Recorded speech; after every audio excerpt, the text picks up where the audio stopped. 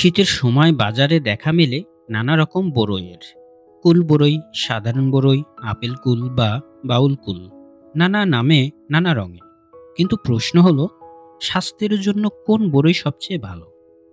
পুষ্টিগুণের দিক থেকে কোনটি এগিয়ে? আর বরই খাওয়ার সময় কি কি সতর্কতা মেনে চলা উচিত? আজকের প্রতিবেদনে জানবো এই সব প্রশ্নের উত্তর। চলুন শুরু করা যাক। ঢাকার এভারকেয়ার হাসপাতালের প্রধান পুষ্টিবিদ তামান্না চৌধুরী জানান, যে কোনো ধরনের বরইয়ে রয়েছে vitamin C, potassium, calcium, zinc ও কপার। এছাড়া বরইয়ের খোসায় থাকা আঁশ কোষ্ঠকাঠিন্য দূর করতে সাহায্য করে। তবে লাল বরইয়ে রয়েছে বাড়তি আয়রন ও বিটা ক্যাটোরিন, যা রক্তশূন্যতা প্রতিরোধে এবং শরীরের কোষ সুরক্ষায় গুরুত্বপূর্ণ ভূমিকা রাখে। কুল বরই ও সাধারণ বরইয়ের মধ্যে পুষ্টিগুণের কিছু পার্থক্য রয়েছে।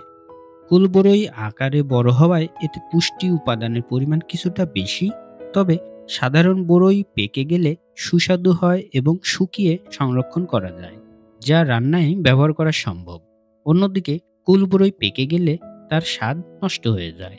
বরই খাওয়ার সময় অনেকেই লবণ মরিচ মাখিয়ে খান। তবে পুষ্টিবিদরা বলেছেন, বাড়তি লবণ স্বাস্থ্যের জন্য ক্ষতিকর হতে পারে। এটি রক্তচাপ বাড়িয়ে দিতে পারে। তাই লবণ মরিচ ছাড়াই বরই খাওয়ার পরামর্শ দেওয়া হয়। বরই খাওয়ার সময় কিছু সতর্কতা মেনে চলা জরুরি। বিশেষ করে 2 বছরের কম বয়সী শিশুদের বরই দেওয়া উচিত নয়। বরইয়ে বীজ গলায় আটকে শিশুর জীবন বিপন্ন হতে পারে। এছাড়া কিডনি সমস্যায় ভোগা ব্যক্তিদের বরই খাওয়ার আগে বিশেষজ্ঞের পরামর্শ নেওয়া উচিত। তাহলে কি বলা যায়? কুল বরই হোক বা সাধারণ বরই, দুটি পুষ্টিগুণে ভরপুর। তবে আপনার পছন্দ ও শারীরিক অবস্থা অনুযায়ী সঠিক বরই বেছে নিন। আর অবশ্যই মেনে চলুন প্রয়োজনীয় সতর্কতা।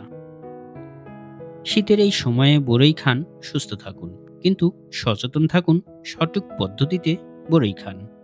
আজকের মতো এখানেই শেষ করছি। সুস্থ থাকুন, ভালো থাকুন। আল্লাহ হাফেজ।